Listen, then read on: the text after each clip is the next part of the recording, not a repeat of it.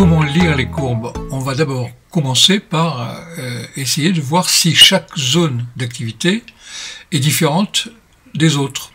Donc, on va commencer par observer les trois premières activités. Alors, déjà, est-ce que la première en blanc est cohérente?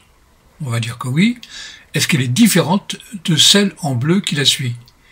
Oui, on peut dire qu'elles sont différentes et cohérentes l'une l'autre.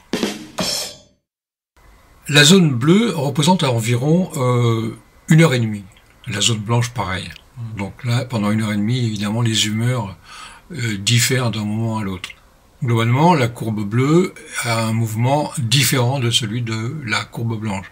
Alors c'est plus compliqué à voir, mais on va surtout se concentrer sur le passage de l'une à l'autre. Est-ce que c'est différent juste avant par rapport à ce qui est juste après?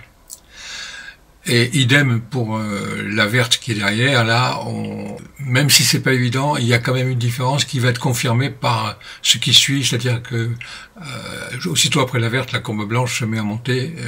Et à chaque fois, ces changements se font à la minute, parce que les mesures sont très précises, et à la minute, il se passe quelque chose. Donc, est-ce qu'il se passe quelque chose à ce moment-là précis? À chaque fois, oui, il se passe quelque chose à ce moment précis.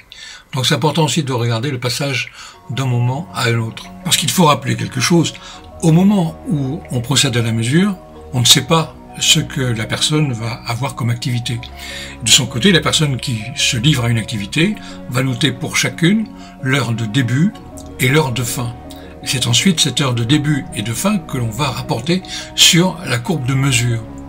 Et le fait qu'il y ait une corrélation entre le changement d'activité et le changement de mesure, eh bien la preuve qu'il y a une corrélation entre les activités de la personne mesurée et l'appareil de mesure.